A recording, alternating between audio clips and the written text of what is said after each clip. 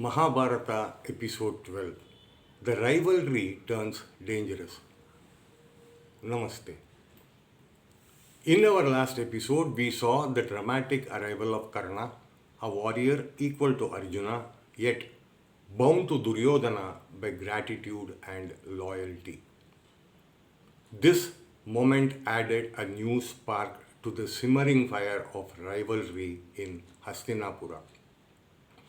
Today, we see how that rivalry grew sharper, especially between Bhima and Duryodhana, until it reached the edge of danger.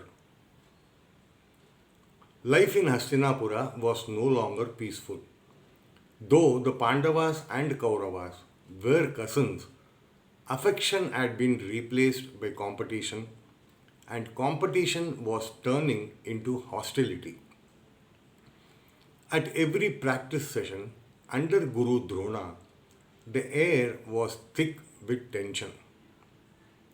Arjuna and Karna eyed each other like twin flames, neither willing to be outshone. Bhima and Duryodhana clashed with their maces so fiercely that sparks seemed to fly. And behind every contest, Duryodhana's envy grew like a shadow. Bhima was a towering figure, blessed with immense strength. His appetite for food was matched only by his appetite for battle. He could uproot trees, wrestle with elephants, and defeat 10 men at once. But Bhima also had a mischievous streak. He often teased the Kauravas, mocking their weakness, and sometimes went too far.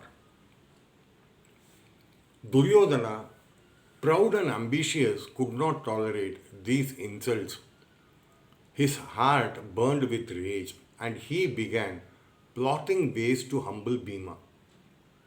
One day, during a mace training session, he challenged Bhima openly before all. The princes gathered, and the courtyard became a battlefield. The maces whirled in their hands, striking with the sound of thunder. Each blow shook the ground. The crowd gasped as Bhima's sheer power drove Duryodhana back. But Duryodhana was no weakling. His skill with the mace was unmatched, and his determination kept him standing. The fight grew brutal. Blow after blow rained until at last, with a furious strike, Bhima knocked Duryodhana to the ground.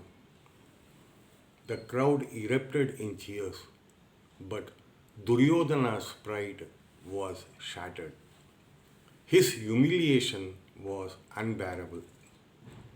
That night, as he lay awake, anger clouded his mind. Bhima mocks us, humiliates us, and still he walks free. This cannot continue. With the poisonous whispers of his uncle Shakuni feeding his thought, Duryodhana conceived a dark plan. A few days later, he invited Bhima and the Pandavas to a riverside picnic.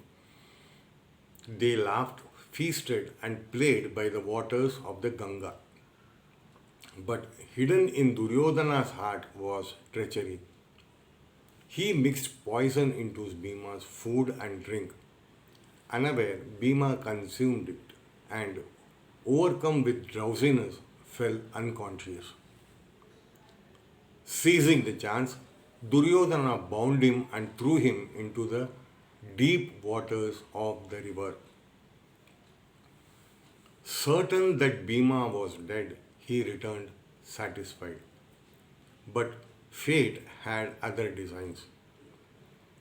In the depths of the river, Bhima sank only to be carried to the realm of the Nagas, serpent beings who dwelt beneath the waters.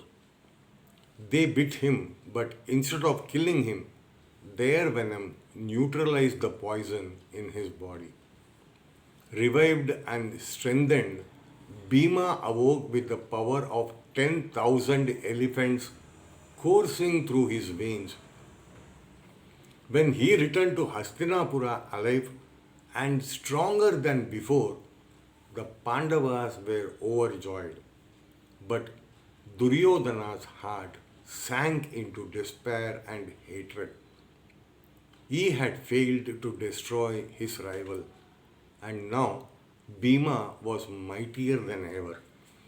Thus, the rivalry between Pandavas and Kauravas was no longer just a matter of pride. It had become a battle of life and death. Jai Sri Krishna.